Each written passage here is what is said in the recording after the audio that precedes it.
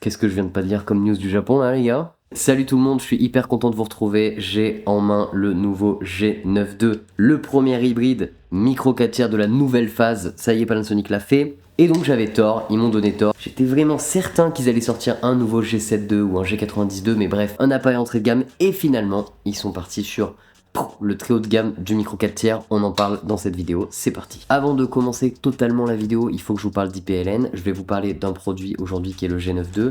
Je ne suis pas sponsorisé du tout par Panasonic, c'est un prêt de la marque pour que je puisse tester cet appareil. Si vous voulez me soutenir, vous pouvez acheter ce produit ou d'autres produits, commandez-les directement sur le site avec mon code créateur Adelin ou via les liens qui sont en dessous dans la description. Code créateur Adelin à nouveau, ça soutient la chaîne. C'est un gros plus pour moi et je vous en remercie d'avance les potes. Vous pouvez aussi me rejoindre sur Insta, je poste des stories et un petit peu des infos qui passent. Je vous mets ça dans la description aussi. Je suis super content de vous retrouver après l'été pour une nouvelle saison riche en vidéos et en nouveautés et je suis très content forcément de commencer avec cette nouveauté là. Alors cette vidéo, je vous le dis d'avance, ça va pas être une review complète parce que j'ai eu le produit il y a seulement quelques jours et en plus de ça j'ai été malade donc j'ai été plié au lit pendant un jour et demi. Ce qui fait que du coup j'ai pas pu vraiment trop shooter avec, donc je vais surtout vous montrer une grande prise en main, vous montrer les images que j'ai tournées avec quand même, on va faire le tour de toutes les nouveautés aussi. Alors déjà on va commencer par le tout départ, cet appareil là c'est un micro 4 tiers qui fait suite au G9, qui est quand même l'appareil phare micro 4 tiers de chez Panasonic, qui est resté pendant très longtemps un outil très utilisé par de nombreux photographes, des photographes qui vont notamment faire des choses dans le désert avec des grosses optiques qui du coup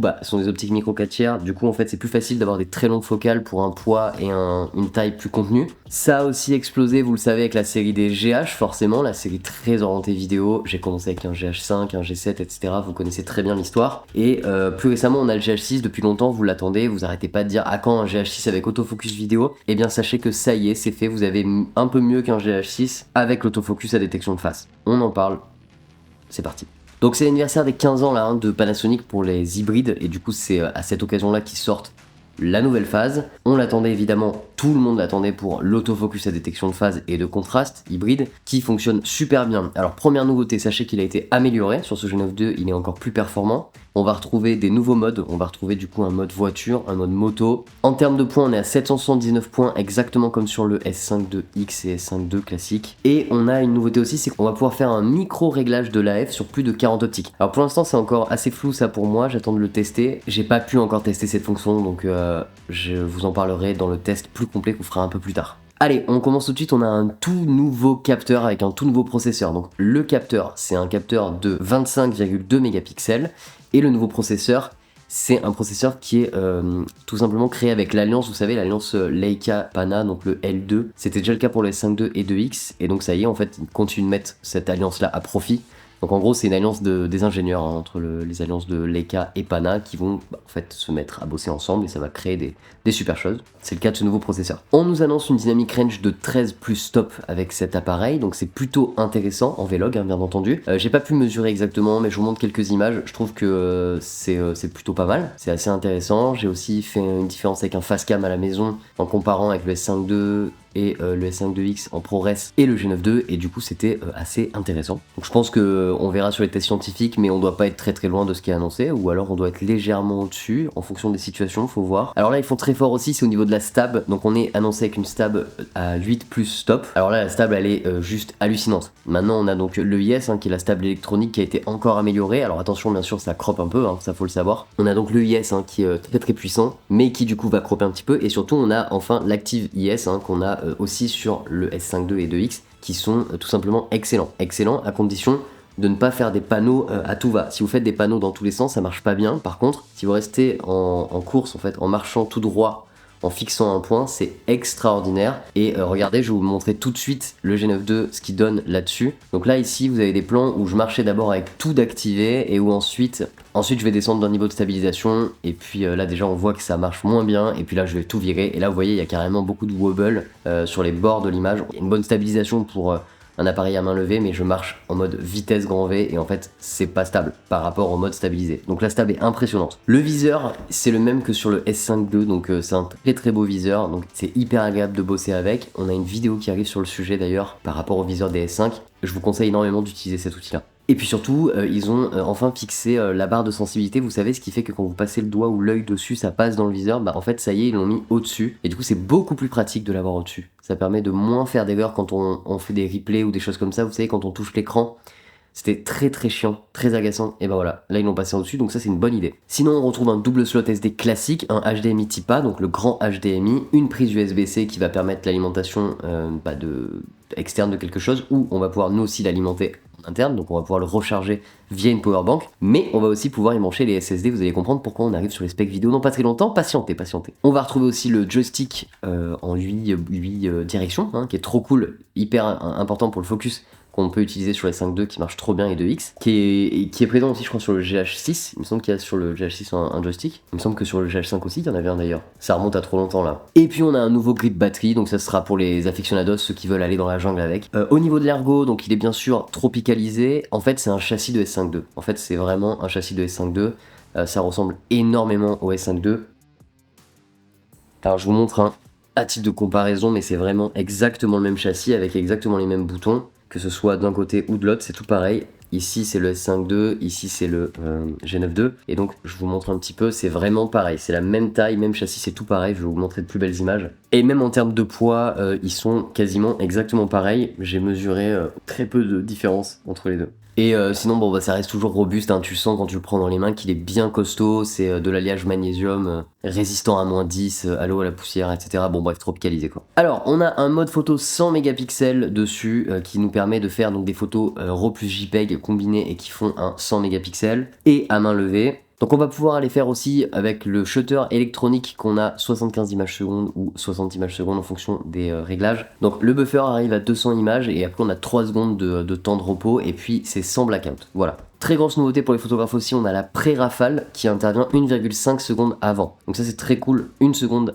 et demie avant vous avez en fait votre pré-rafale. Ça veut dire que si vous avez loupé le début de votre rafale, en fait ça va prendre 1,5 secondes avant que vous déclenchez. C'est hyper intéressant pour les photographes sportifs, etc. Alors dernière chose, il y a un nouveau picture profile et on va en parler aussi dans la partie vidéo parce que ça y est, on va passer à la partie vidéo, mais il marche aussi en photo. C'est le Leica monochrome. Et alors là, ça a été ma grosse découverte sur ce G9.2. Ce picture profile, il est tout simplement sublime. Ça fait des années que Leica et Pana ils bossent ensemble et on avait déjà des modes L monochrome, L de Leica, voyez-vous. Mais là, ça y est, c'est vraiment officiel, c'est le Leica monochrome et il est magnifique ce picture profile. J'ai fait pas mal de JPEG avec, puisque je peux pas encore développer des RAW, donc je vous montrerai pas de photos dans cette vidéo, mais c'est déjà super beau, et j'ai fait aussi pas mal de vidéos avec, et là je vous montrerai, c'est quand même vraiment classe. Franchement, trop beau, non? Côté vidéo, on va retrouver l'enregistrement illimité, comme sur tout ce qu'on a l'habitude de voir chez Pana, c'est la signature, on n'a pas de surchauffe, malgré le fait qu'il n'y ait pas d'écope de ventilateur, il n'y a pas de ventilateur dans cet appareil, dans le G9.2, et en fait les ingénieurs apparemment disent que du coup c'est le fait que le processeur soit extrêmement puissant, ils n'ont pas besoin de le ventiler pour que ça exploite correctement tout ça. Alors je sais pas trop ce que ça veut dire en termes réels techniques, moi ce que j'ai vu c'est que j'ai tourné en pleine journée à 37 degrés à Lyon, et qu'effectivement l'appareil était chaud, mais ne surchauffait pas,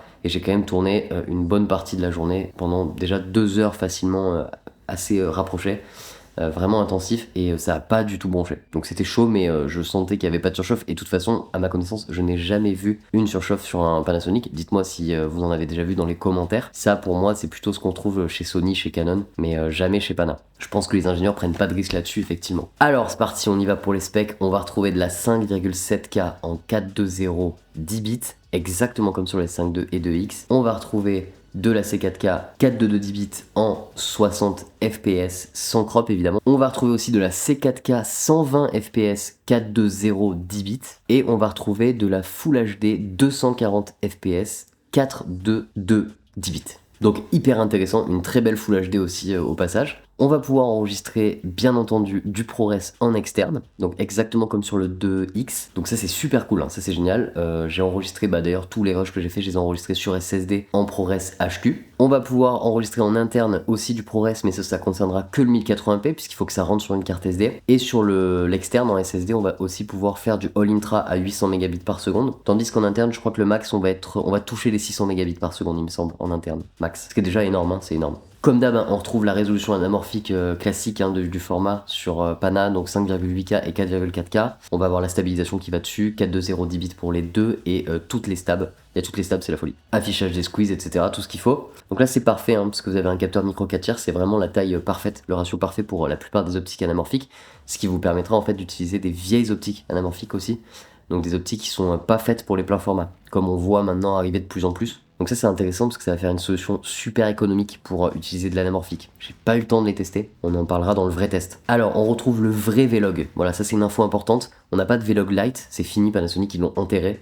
depuis le GH6 et tout, c'est du vrai Vlog, il arrive directement installé. Donc pas besoin d'acheter de Vlog, on a le Vlog en interne, c'est parfait. Et je l'ai pas précisé mais pour l'enregistrement en ProRes 5,7K en 420 10 bits, en ProRes HQ, on est sur du 1,8 ou 1,9 gigabits par seconde. Donc c'est vraiment très très lourd, très puissant, mais c'est génial. C'est pas très loin d'ailleurs hein, pour le ProRes HQ en C4K 60 fps. Hein. C'est vraiment bien fat aussi. On a aussi le Real Time LUT hein, qui fait son apparition donc sur ce G9 II. On l'a aussi sur le S5 II et 2X depuis leur sortie. Le Real Time LUT, hein, pour rappel, ça permet en fait simplement de record directement dans votre fichier avec votre lutte en fait. Donc c'est pas une lutte de prévisualisation qu'on va étalonner ensuite sur l'ordi, c'est vraiment la lutte définitive en fait qu'on va apposer sur le fichier. Donc moi je suis plutôt contre cette fonctionnalité parce que je suis étalonneur à côté, mais effectivement pour les débutants ça peut être un gain de temps. Après jusqu'à présent je trouve que c'est intéressant mais ça demande beaucoup d'expérience, beaucoup d'expertise parce que pour le faire bien il faut une très belle lutte qui soit très correctement exposé avec un beau gris 18%, qui soit très bien faite par un bon étalonneur et un bon chef-op. Ça c'est déjà un beau paramètre. Et ensuite il faut en fait que vous explosez à la perfection pour exploiter votre lutte au maximum. Donc je ne crois pas trop en cette fonction parce que en fait le technicien que je suis ne peut pas vous dire que c'est une fonctionnalité qui est aussi miraculeuse que ce qu'elle en a l'air, même si c'est une très bonne fonction pour les débutants qui veulent pas trop se prendre la tête. Néanmoins si on veut exploiter la qualité, c'est pas aussi bon que ce que ça en raconte. En fait on perd un peu de la dynamique, on perd des trucs à côté, du coup c'est dommage. Donc essayez de pas faire ça du LUT avec des luttes que vous avez achetées sur internet qui sont toutes pourries, ça va être horrible. Et vous pourrez pas rattraper le fichier. Néanmoins, la fonction existe. Moi là où je la trouve vraiment intéressante, c'est plutôt pour les live streams. Là je la trouve vraiment dingue. Pour les live streams, je la trouve folle parce que du coup, vous pouvez en fait tout simplement faire rentrer directement le signal de sortie comme un signal de record. Et du coup, en fait, là c'est trop bien. Parce que là du coup vous avez vraiment un look et c'est trop bien. Moi je m'en sers pour streamer et c'est génial. Pour moi c'est ça le plus de cette fonction. Parce que le fait de gagner du temps, en plus de ça, après j'arrête avec ce sujet, mais le fait de gagner du temps c'est pas vraiment vrai parce que sur DaVinci ça va très vite d'étalonner. Si vous êtes trop lent sur DaVinci, formez-vous. Voilà, formez-vous à l'étalo, venez me voir et vous serez plus rapide. Alors évidemment, hein, comme d'hab, on a le waveform, toutes les infos de chez Pana, les marqueurs, etc. Tout ce qu'il faut savoir pour la vidéo, donc ça c'est encore validé à fond. Alors petite particularité, c'est qu'ici on va avoir deux boutons de raccourci, contrairement au S5 2X qui lui est le S5 II qui n'en ont qu'un seul. Donc là il y a vraiment deux boutons devant, donc ça c'est trop cool, super hein, pour avoir plus de raccourcis. Ce qui va nous permettre de paramétrer des trucs dessus parce que comme d'hab, hein, c'est Pana, c'est tout personnalisable, c'est la folie. On fera une masterclass là-dessus et je vous parlerai des réglages. Vous pouvez aussi faire des vidéos verticales en inclinant directement le boîtier. Alors ça c'est intéressant aussi pour ceux qui font beaucoup de réseaux sociaux de vertical. Vous inclinez le boîtier, en fait il comprend que vous êtes à la verticale et pouf, il vous bascule le ratio. Ça a l'air assez cool. J'imagine que du coup il doit y avoir un truc, un capteur gyro, je sais pas, un truc dedans, c'est intéressant. Un peu comme les téléphones avec le format portrait paysage. Voilà, là je vous ai fait le tour en gros du boîtier. Il y a aussi l'enregistrement 4 channels aussi en micro comme sur le S5 II et 2X. Donc finalement le boîtier comme vous pouvez le voir il est assez similaire au S5 II et 2X. Et c'est plutôt une bonne nouvelle en fait. Puisque ce qu'on attendait c'était surtout une grosse mise à jour de ces boîtiers. Et notamment avec l'autofocus. Alors maintenant on va parler de son prix, parce que ça c'est aussi la grande question. Donc il est vendu au prix de 1899 €, à savoir que vous avez une offre de lancement qui vous permet de gagner jusqu'à 600 € si vous achetez 3 optiques avec. Donc ça peut être très intéressant pour faire un starter. Alors maintenant que j'ai évoqué le prix et que j'ai évoqué tout ça, je vais vous parler un petit peu de ce que je pense de cette annonce, ce que je pense en fait de cet appareil et pour qui est-ce que je l'imagine en fait, pour qui il se destine potentiellement. Alors je sais qu'il y en a beaucoup qui me suivent, hein, qui sont forcément des aficionados de GH. Et ben écoutez, sachez que pour moi, c'est en fait c'est lui en fait le GH6 II. Je pensais que Pana allait sortir effectivement un GH6 II parce que moi j'avais complètement oublié le G9 II parce que vous savez je suis pas photographe à la base et pour moi tous ces appareils qui étaient à la base voués à la photo, je les connais pas plus que ça. Mais maintenant j'ai compris, je pense qu'effectivement le choix de Pana pour l'instant c'est de s'axer sur ce G9 II qui finalement fait tout et tout bien, un peu comme le S5 II et 2X. Donc qu'est-ce qu'il ne fait pas? Au final le truc qu'il ne fait pas par rapport au GH6 en vidéo c'est l'enregistrement en externe de Blackmagic Raw et de ProRes RAW, mais le ProRes RAW, sachez-le, c'est complètement inutile. C'est pas la peine de parler du ProRes RAW parce qu'à l'heure actuelle le ProRes RAW est illisible sur DaVinci Resolve et donc personne ne va l'utiliser, c'est complètement inutile. On ne peut pas l'étalonner, on peut pas l'exploiter, ça sert à rien. Donc on va parler que de bi-raw et du coup le bi-raw c'est ce qui va manquer en fait par rapport au GH6. Il y a 2-3 trucs aussi qui diffèrent sur le GH6, mais globalement, on a un écran orientable, on est kiff-kiff, on a une ergo qui est meilleure que le GH6, il est plus compact que le GH6. Le GH6 est vraiment un gros bloc. Franchement, moi, si je devais choisir, pour la plupart des filmmakers, c'est celui-là que je vous conseille, parce que il fait l'enregistrement en externe sur SSD tout pareil, il est robuste, il a 2 cartes SD. Oui, on n'a pas les cartes XQD au format XQD qu'on a sur le GH6, CF Express, etc., qui permettent de effectivement exploiter des choses en interne. Certes, ça c'est sûr, mais bon, si on veut quelque chose de assez mobile, ça peut être un excellent choix, puisque aujourd'hui, franchement, du ProRes sur SSD, c'est vraiment trop bien dans les conditions de tournage. Si par contre vous êtes en conditions un peu plus fragiles, puisque le SSD c'est fragile, c'est utile pour les conditions de tournage, mais c'est sûr que c'est chiant pour aller balader dans le désert, bah, l'avantage en fait de ce boîtier là, c'est qu'en interne il a quand même de solides formats, et puis surtout il est bien robuste, et c'est du micro 4 tiers, donc suivant où vous allez pouvoir en fait gagner en optique micro 4 tiers, donc la compacité des optiques. Alors pour autant j'ai un tout petit truc à dire là-dessus. Au prix de 1899€, pour ceux qui n'ont pas d'optique micro 4 tiers, je vous conseille de tout de suite passer le cap de claquer 300 balles de plus vers le S5 II, qui n'aura pas le ProRes en externe sur SSD, mais qui aura des bons formats en interne, qui sera très bon et surtout qui sera en plein format. Alors certes, les optiques seront un peu plus chères, mais voyez-vous, avec cette gamme d'optiques là, les Lumix S, elles sont pas très chères et surtout elles font quasiment le même poids que tout ça réuni. Donc en fait, j'ai pas trouvé grande différence avec le 12 mm f1.4 que j'ai ici, et sachant que c'est une optique qui est pas énorme, hein, le 12 f1.4.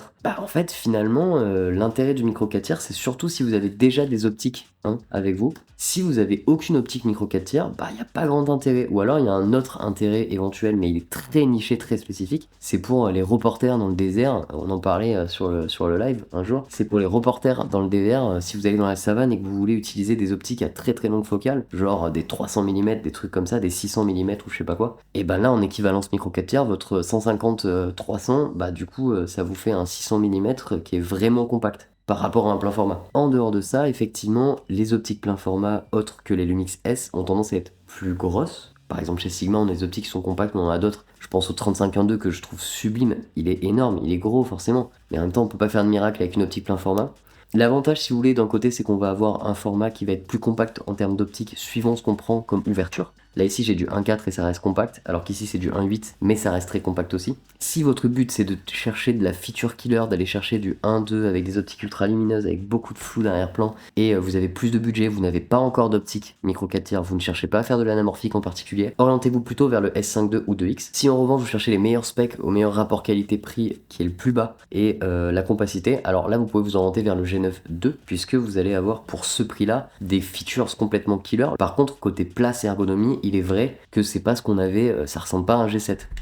Comprenez bien que c'est pas du tout les mêmes performances qu'il y a entre un petit G7 qui est ici en plastique et ça qui est en alliage de magnésium sur le format du S5 II. On n'a pas du tout les mêmes paires dedans, donc forcément tous ceux qui vont dire ouais mais moi le micro 4 tiers je voyais ça tout petit et tout, non, forcément vous pouvez pas avoir des trucs comme on faisait avec le G7 qui sont effectivement minuscules, et c'est normal qu'ils sont minuscules, totalement normal. Là vous voyez j'ai une optique du coup micro 4 tiers qui fait 14-42 et c'est une optique, elle est toute petite quoi, elle est minuscule. En fait regardez, genre par rapport à une main, c'est vraiment tout petit. Et j'ai pas une grande main, j'ai même une petite main. Donc forcément, vous attendez pas à ça. Bon les potes, je m'interromps en post-prod parce que j'ai l'air hyper blasé, mais sachez que pas du tout, cet appareil je le trouve vraiment génial. Le seul truc c'est que j'étais complètement malade et qu'en fait on dirait pas comme ça, mais je suis complètement cuit sur la vidéo. Du coup je viens un peu nuancer le propos par rapport au micro 4 tiers. En fait, oui, c'est intéressant de basculer sur le S5 II si vous n'avez pas besoin des formats en externe comme ProRes, etc. Cependant, si on fait du comparaison directe à spec to spec, en fait si vous voulez l'équivalent du S5 II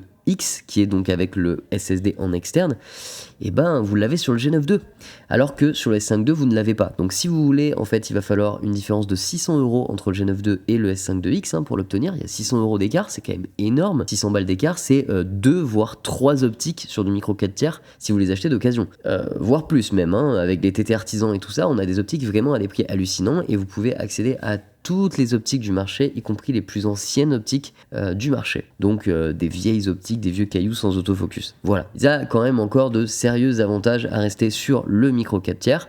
Et je voulais un peu nuancer mon propos parce que j'ai pas mis en fait directement, je me suis rendu compte au montage, la comparaison avec le S5 II X, mais sachez que c'est avec lui qu'il faut le comparer, puisqu'en termes de spec, c'est lui qui est comparable en plein format. Voilà, donc Franchement, l'avantage, il est certain de ce côté-là vis-à-vis du micro 4 tiers et c'est une machine killer. Et je suis très content de l'avoir et je pense que quand Panasonic va me demander de le renvoyer après mes tests, je serai un peu triste de le quitter parce que très sincèrement pour moi c'est le GH6 II. Alors je sais que c'est un peu différent, mais vous attendez une mise à jour, bah elle est là en fait, la mise à jour est là. C'est ça votre mise à jour. Ne cherchez pas à attendre forcément un GH12, elle est là. La mise à jour elle est là. Au niveau des batteries, je ne l'ai pas précisé, mais c'est les mêmes batteries que sur le S5 II et que sur le GH6. C'est toujours pareil, donc ça c'est génial. L'autonomie, elle a l'air d'être à peu près similaire avec celle du S5 II, à vérifier avec un test scientifique, mais j'ai pas eu le temps de le faire. On se retrouvera bientôt pour un test sur ce G9 II en entier, où j'aurai plus de temps, où je vous montrerai plus de rush, où on ira un peu plus dans les détails. Là, c'était vraiment une prise en main, mais j'ai fait le tour de toutes les specs. Pour tous les amateurs de micro 4 tiers, c'est votre nouveau appareil killer, je vous le dis. Ça m'a hypé et je pense que ça va en hyper beaucoup d'entre vous qui ont du micro 4 tiers. Dernière annonce aussi, Panasonic, ils ont annoncé des nouvelles optiques. Alors ça, j'en ferai une vidéo aussi dédiée. Je préfère pas trop m'avancer sur le sujet pour l'instant parce que je les ai pas du tout eu en main. Mais on va retrouver un nouveau 3500 et un nouveau 100-400 avec un téléconvertisseur en 2 fois, donc ça va être assez démentiel pour tous les photographes animaliers, reporters animaliers, etc. Et c'est là où je vous parle du côté compact du micro 4 tiers, c'est là où il va prendre son importance, c'est quand vous allez avoir le 100-400 qui est normalement une optique gigantesque, énorme, c'est un bazooka sur le plein format, là ce sera pas du tout le cas, ce sera plutôt un truc plutôt fin, un peu long, tu vois, mais assez léger. Ce sera très différent. Affaire à suivre, ça je vous en parlerai un petit peu plus tard. Si cette prise en main vous a intéressé les potes, n'hésitez pas à mettre des pouces bleus, à commenter, liker et partager. Bien entendu, utilisez mon code créateur Adelin sur ipln.fr, vous avez les liens dans la description. Si vous voulez précommander cet appareil ou si vous voulez précommander les optiques, ça fait super plaisir, ça soutient la chaîne, c'est un des seuls soutiens de la chaîne. Je fais très peu d'OP sponsor, donc n'hésitez vraiment pas à me soutenir. Et du coup, vous avez les liens dans la description. Vous pouvez aussi me suivre sur Instagram. J'espère que cette vidéo vous a plu, c'était le rush pour la faire, donc c'était vraiment une vidéo très basique, mais avec beaucoup d'informations, je sais qu'elle est longue. Je vous remercie de m'avoir écouté, je vous dis à très bientôt, ciao, bam. Et Pana, avant qu'on se quitte s'il vous plaît, vous pouvez m'envoyer notre putain de G7 II et de G90 II les gars, on vous attend, envoyez-nous cette machine, tout le monde vous attend. En commentaire si t'attends, dis-le.